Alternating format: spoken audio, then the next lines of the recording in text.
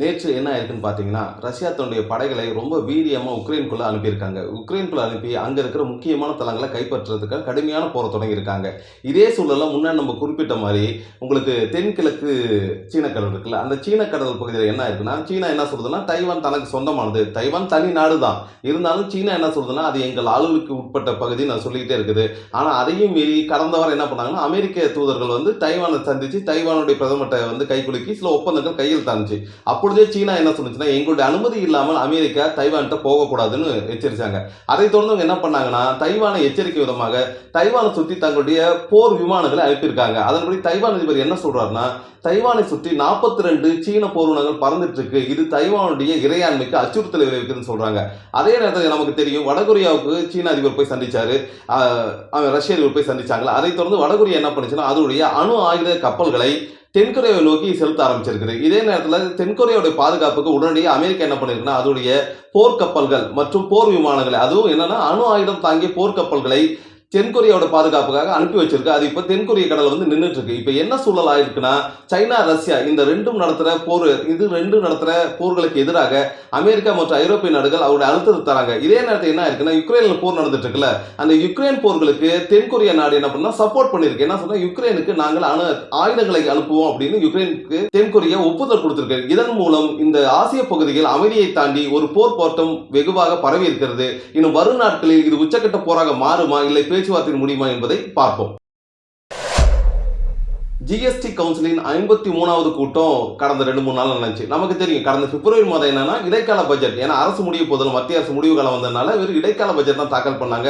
மானிக்குழு விவாதம் ஒன்றும் பெருசாக நடத்துறதுக்கு நேரம் கிடைக்கல. அதனால என்ன பண்ணாங்கன்னா, முழுமையான பட்ஜெட் மீண்டும் தாக்கல் பண்ணும். அதன்படி வர ஜூலை மாதத்தில் முழுமையான பட்ஜெட் தாக்கல் பண்ணுறதுக்கு வாய்ப்பு இருக்கு. அதற்கு முன்னால மத்திய நிதி அமைச்சர் நிர்மலா சீதாராமன் என்ன பண்றாங்கன்னா, அனைத்து மாநிலத்தோட நிதி அமைச்சர்கள் அழைத்து பேசுறாங்க. மாநில நிதி அமைச்சர் மற்றும் செயலாளர் அழைத்து பேசுறாங்க. அந்த ஜிஎஸ்டில என்னென்ன மாற்றம் கொண்டு வரலாம், இப்ப கொண்டு வர பட்ஜெட்ல என்ன திட்டங்கள் கொண்டு வரலாம், மாநிலங்கள்கிட்ட கலந்து ஆலோசிக்கிறாங்க. அதன்படி 53வது ஜிஎஸ்டி கவுன்சில் கூட்டம் நேற்று கூடியிருக்காங்க.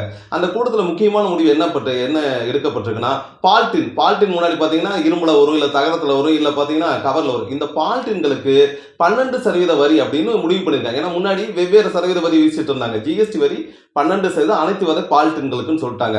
அதே நேரத்தில் ஏற்கனவே நமக்கு தெரியும், உரம் மற்றும் உர உற்பத்தி பொருட்களுக்கு ஜிஎஸ்டி இருக்குது. உரத்துக்கு என்னவோ ஒரு 5% ஜிஎஸ்டி தான். ஆனா உர உற்பத்தி மூலப்பொருட்கள் இருக்குல்ல, பாஸ்பரஸ், அமோனியா எல்லாம், இதுக்கெல்லாம் பாத்தீங்கன்னா 18% ஜிஎஸ்டி. இதனால உர மூட்டையோட வேலை அதிகமா இருக்குது. விவசாயிகள் பாதிக்கப்படுறாங்கன்னு அனைத்து மண்ணும் கோரிக்கை வச்சதுனால இந்த உர மூட்டைகள்ல ஏதாவது ஜிஎஸ்டி குறைக்க முடியுமாங்கிறத பத்தி வருங்காலங்கள் தீர்மானிப்புன்னு உறுதிப்பாடு கொடுத்திருக்காங்க. அதே நேரத்தில் நீங்க பார்த்தா அட்டைப்பெட்டி வருது இல்ல, இந்த பழங்கள்லாம் பேக் பண்ணி வரலாம், அட்டைப்பெட்டி மற்றும் வந்து கூடுதலா வந்து பொருட்கள் அனுப்புறதுக்கு பேக்கிங் செய்வாங்கல்ல, இதுக்கு எல்லாமே 12% ஜிஎஸ்டி போட்டிருக்காங்க. ஒரு சில இடங்கள்ல 18% அது விதிச்சுக்கலான்ட்டு தளவு கொடுத்திருக்காங்க. இது வந்து கூடுதலா விதிக்கப்படுது. முன்ன விட இது கூடுதலாகும் சொல்லியிருக்காங்க.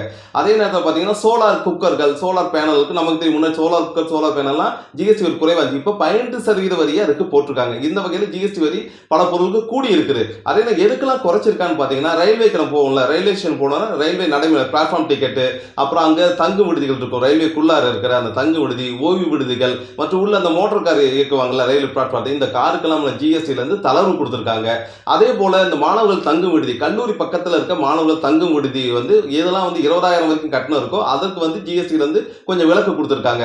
அதே நேரத்தில் என்ன கண்டிஷன் சொல்றாங்கன்னா, மாணவர்கள் 90 நாள் அங்க தங்கி இருக்கணும். தங்கி இருந்தாலும் அந்த விடுதின்னு அக்செப்ட் பண்ணப்படும். ஏன்னா பக்கத்துல இருக்க உல்லாச விடுதி இருக்குல்ல, சில நேரம் மாணவர்கள் அதில் போய் தங்கிட்டு அதுக்கான வரி இருக்கு கேட்க முடியாதுன்ட்டு கல்லூரி மாணவர்கள் அட்டையோடு அது விடுதியா செயல்படுங்க சான்றிதழ் சமர்ப்பிக்கும் போது அதுல இருந்து ஜிஎஸ்டி விலக்கு கொடுக்கப்படும் மத்திய நிதியமைச்சர் நேற்று உறுதிப்பாடு கொடுத்திருக்காங்க. மீதி இருக்க ஜிஎஸ்டி வரி எதெல்லாம் உயர்ந்திருக்கு, எதெல்லாம் குறைச்சிருக்காங்கிறது பட்ஜெட் பேரவை கூட்டம் தான் தெரியும். அதை நம்ம பார்க்கலாம்.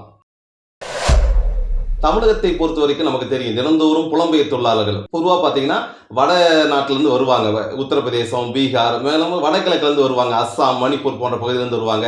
ராஜஸ்தான், இப்படி வடபகுதியிலேருந்து வர அனைத்து தொழிலாளரும் புலம்பெயர் தொழிலாளர் நம்ம சொல்கிறோம். இந்த புலம்பெயர் தொழிலாளர்கள் தமிழ்நாட்டில் அதிகமாகிட்டே இருக்கு. இன்னும் நமக்கு அதிக கூக்குரல் கேட்கும். அவங்க வந்ததுலேருந்து இங்கே இருக்க தமிழர்களுக்கு வேலை கிடைக்கிறதில்ல, அவங்க குறைந்த கூலிக்கு வேலை செய்கிறாங்க. இதெல்லாம் ஒரு பக்கம் குற்றச்சாட்டு இருந்தாலும், நேற்று சட்டப்பேரவை, தமிழ்நாடு சட்டப்பேரவையில் இதை பற்றி ஒரு விளக்கம் கேட்குறாங்க. தமிழ்நாட்டில் புலம்பெயர் தொழிலாளர்கள் எவ்வளோ பேர் இருக்கிறாங்க, அவங்களுக்கு என்னென்ன வசதிகள் வேலையெல்லாம் இந்த அரசு செஞ்சு கொடுத்துட்டு இருக்கு. அரசு செய்து கொடுக்கிறதுன்னு ஒரு கேள்வி வருது. அப்ப தொழில்துறை அமைச்சர் என்ன சொல்றாருன்னா, இதுவரை பதிவு செய்யப்பட்ட தொழிலாளர்கள், அவங்க எல்லாத்துக்கும் சொல்ல முடியாது, பதிவு செய்யப்பட்டவர்கள் ஒரு 8 லட்சம் தொழிலாளிகள் இந்த வருடம் பதிவு செஞ்சிருக்காங்க. இவங்கெல்லாம் முறையான அனுமதி பெற்று, நம்ம சொல்லுவோம்ல, ஒரு முறையான இன்ஸ்டிடியூஷன் கீழ வந்திருப்பாங்க, அதெல்லாம் பதிவு செய்யணும். பதிவு செய்யாம வந்தவங்களை பத்திய தகவல் நம்ம கிட்ட இல்ல, அவங்களை பத்தி குறிப்பு எது இல்லைன்னு சொல்லியிருக்காங்க. கூடுதலா என்ன சொல்லியிருக்காங்க, அமைச்சர் என்ன சொல்றாங்கன்னா, ஒருவேளை அந்த பதிவு செய்யப்பட்ட தொழிலாளர்கள், அந்த புலம்பெயர்ந்த யார் வந்து இங்க இறந்தாலும், இல்ல அவங்களுக்கு ஏதாவது சம்பள பிரச்சனை ஏற்பட்டாலோ, இல்ல அவங்களுக்கு வேற ஏதாவது சிக்கல்கள், குடியிருப்பு இடம், இல்ல இடம் மாறி போற சிக்கல் இருந்தா, இது எல்லாமே தொழில்துறை தீர்த்து வைக்கும். அதுக்கான உரிய சட்ட நடவடிக்கை மேற்கொள்ளப்பட்டிருக்குன்ட்டு உறுதிப்பாடு கொடுத்திருக்காரு. இது ஒரு பக்கம் இருந்தாலும் நம்முடைய கேள்வி என்ன இருக்குன்னா, புலம்பெயர் தொழிலாளர் வந்ததுனால இங்க தமிழ்நாடு தொழிலாளர்கள் தொழில் பாதிக்கப்படுது, வேலை வாய்ப்பு குறையுதுன்னு சொல்றாங்களே, இதை பத்தி எந்த விவாதம் சட்டப்பேரவையில் நடக்கல. அது நமக்கு மிக சோகமான விஷயமா தான் இருக்கு. இன்னும் கூடுதலா வழக்கம் போல கள்ளக்குறிச்சியில் நடந்த அந்த கள்ளச்சாராயத்தை பத்தி நம்ம பேசாம கடக்க முடியாது. அதனுடைய பலி எண்ணிக்கை நேற்று வரைக்கும் 53 54 இன்றைக்கு காலையில் இன்னும் 2 பேர் இறந்ததுனால கள்ளக்குறிச்சி சாராய பலி எண்ணிக்கை எல்லாம் இருக்கிற 56 எட்டி இருக்குது. இது மிக மோசமான சூழல். இன்னும் ஒரு 16 பேர் மோசமான உடல்நிலையில சிகிச்சையில இருக்காங்களா, அவங்களும் இறக்கிறதுக்கு வாய்ப்பு இருக்காதா சொல்றாங்க.